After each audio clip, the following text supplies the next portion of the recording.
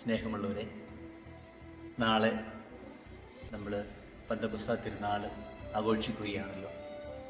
സഭയിലെ വലിയൊരു തിരുനാളാണ്. അന്നേ ദിവസം ജീസസ് യൂത്ത് ഡേ ആണ് എന്ന് നമുക്കറിയാം.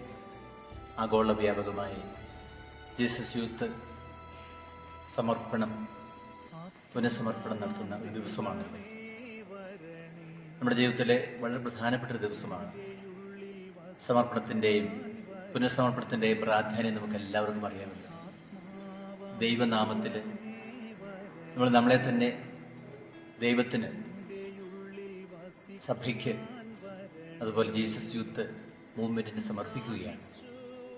ജീസസ് യൂത്ത് മൂവ്മെൻറ്റിൻ്റെ കൂടെ നടക്കാനായിട്ട്, ചേർന്ന് പ്രവർത്തിക്കാനായിട്ട്, ജീസസ് യൂത്ത് മൂവ്മെൻറ്റിൻ്റെ നിയമാവലിക്കനുസരിച്ച് ജീവിക്കുവാനായിട്ട് നമ്മൾ ദൈവമുൻപിൽ നമ്മൾ തീരുമാനിക്കുകയാണ്, ഒരു വ്രതമെടുക്കുകയാണ്. ഇത് സന്യാസ സമർപ്പണത്തോടുള്ള അതുപോലെ തന്നെ പ്രാധാന്യമുള്ള ഒരു സമർപ്പണമാണ് നമുക്കറിയാം. എൻ്റെ എല്ലാവിധ ആശംസകളും നിങ്ങൾക്ക് എല്ലാവർക്കും നേരുകയാണ്.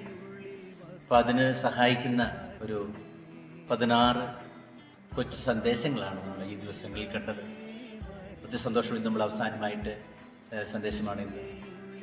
എല്ലാവിധ ആശംസകളും നിങ്ങൾക്ക് നേരുകയാണ്. അപ്പോൾ നമ്മൾ സമർപ്പണം എടുക്കുമ്പോൾ, പെന്തക്കോസ്താ തിരുനാൾ നമ്മൾ ആഘോഷിക്കുമ്പോൾ, ഇന്നത്തെ കാലഘട്ടത്തിൽ അതിൻ്റെ പ്രാധാന്യത്തെക്കുറിച്ച്, അതിൻ്റെ പ്രസക്തിയെക്കുറിച്ച് നമുക്ക് ഒരു നിമിഷം ഒന്ന് ചിന്തിക്കാം. നമുക്കറിയാം, ഇന്ന് തത്വത്തിലല്ലെങ്കിലും ഫലത്തിൽ ഒരു ദൈവനിഷേധം, അതിൻ്റെ ഒരു സംസ്കാരം ഇന്ന് രൂപപ്പെട്ടുകൊണ്ടിരിക്കുകയാണ് എന്ന് നമുക്ക് അറിയാം. അതിൻ്റെ ഫലമായിട്ട് ആന്തരികമായ ഒരു ശൂന്യത മനുഷ്യൻ അനുഭവപ്പെടുന്നു. ഈ ശൂന്യത നിറയ്ക്കുവാനായിട്ട് പലപ്പോഴും കപടമായ ആത്മീയതയിലേക്ക് മനുഷ്യൻ വരുന്നത് നമ്മൾ കാണാൻ സാധിക്കും.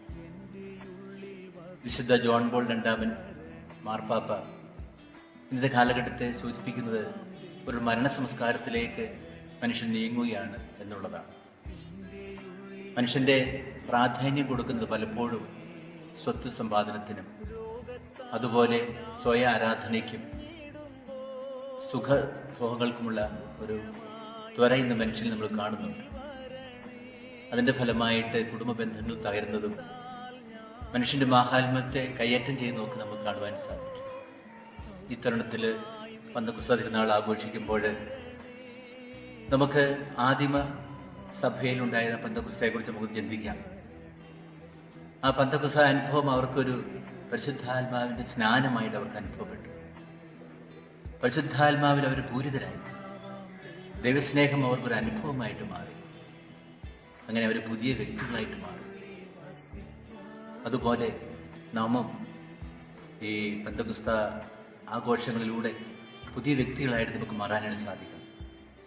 അപ്പോൾ നമുക്ക് പരിശുദ്ധ ത്രിത്വത്തിലുള്ള ആ വിശ്വാസം അത് നമുക്കൊരു അനുഭവമായിട്ട് മാറും. പിതാവും പുത്രനും പരിശുദ്ധാത്മാവും നമ്മുടെ കൂടെ ആയിരിക്കുന്ന, ജീവിക്കുന്ന ഒരു ദൈവത്തെ കണ്ടുമുട്ടുവാൻ നമുക്ക് സാധിക്കും.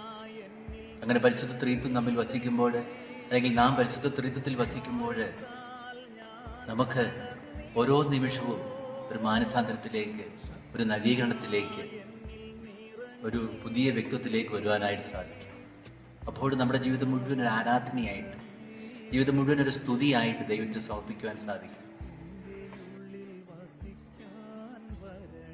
അതുപോലെ കുദാശകൾ, പ്രത്യേകിച്ച് ദൈവബലി, കുമ്പസാരമൊക്കെ നമുക്ക് ഒരു അനുഭവമായിട്ട് മാറും. നമുക്ക് എല്ലാ ദിവസവും കുർബാനയിൽ പങ്കെടുക്കണം. അതുപോലെ കുർബാനയിൽ പങ്കെടുക്കുമ്പോൾ വിശുദ്ധിയോടെ പങ്കെടുക്കണം. കുമ്പസാരിച്ച് ഒരുങ്ങി ദൈവബലിയിൽ പങ്കെടുക്കുവാനായിട്ട് നമുക്ക് സാധിക്കും. കർത്താവിൻ്റെ വചനം പഠിക്കുവാനും പ്രാർത്ഥിക്കുവാനും ജീവിക്കുവാനും അത് മറ്റുള്ളവരോട് പറഞ്ഞു കൊടുക്കുവാനൊക്കെ നമുക്ക് വലിയ തീക്ഷ്ണതയുണ്ടായിരിക്കും. അതുപോലെ തന്നെ സ്നേഹ കൂട്ടായ്മകളിലേക്ക് വരുവാനും, സമൂഹത്തിൽ ഉപേക്ഷിക്കപ്പെട്ടവർക്ക് വേണ്ടിയും അനാഥർക്ക് വേണ്ടിയും പാവപ്പെട്ടവർക്കൊക്കെ വേണ്ടി നമുക്ക് ജീവിതം സമർപ്പിക്കുവാനായിട്ട് നമുക്ക് സാധിക്കും. അങ്ങനെ ഒരു വലിയ അനുഭവം, ദൈവാനുഭവം, സ്നേഹത്തിൻ്റെ അനുഭവമാണ് ഈ പരിശുദ്ധാത്മാവിന്റെ സ്നാനം നമുക്ക് നേടിത്തരിക. സ്നേഹമുള്ളവരെ, നമുക്ക് പ്രാർത്ഥനയോടുകൂടിയായിരിക്കാം. പരിശുദ്ധാത്മാവോട് നമുക്ക് പ്രത്യേകം പ്രാർത്ഥിക്കാം. വസ്തുമയുടെ ആജ്ഞയായ പരിശുദ്ധ മറിയമേ, ഓരോ ജീസസ് യൂത്തും പന്തക്കുസ്തായുടെ ശക്തിയാൽ രൂപാന്തരപ്പെടുവാനും അങ്ങയുടെ പുത്രൻ്റെ ഉത്തമ മിഷണറി സാക്ഷികളായി അയക്കപ്പെടുവാനും പ്രാർത്ഥിക്കണമേ. ആമേൻ.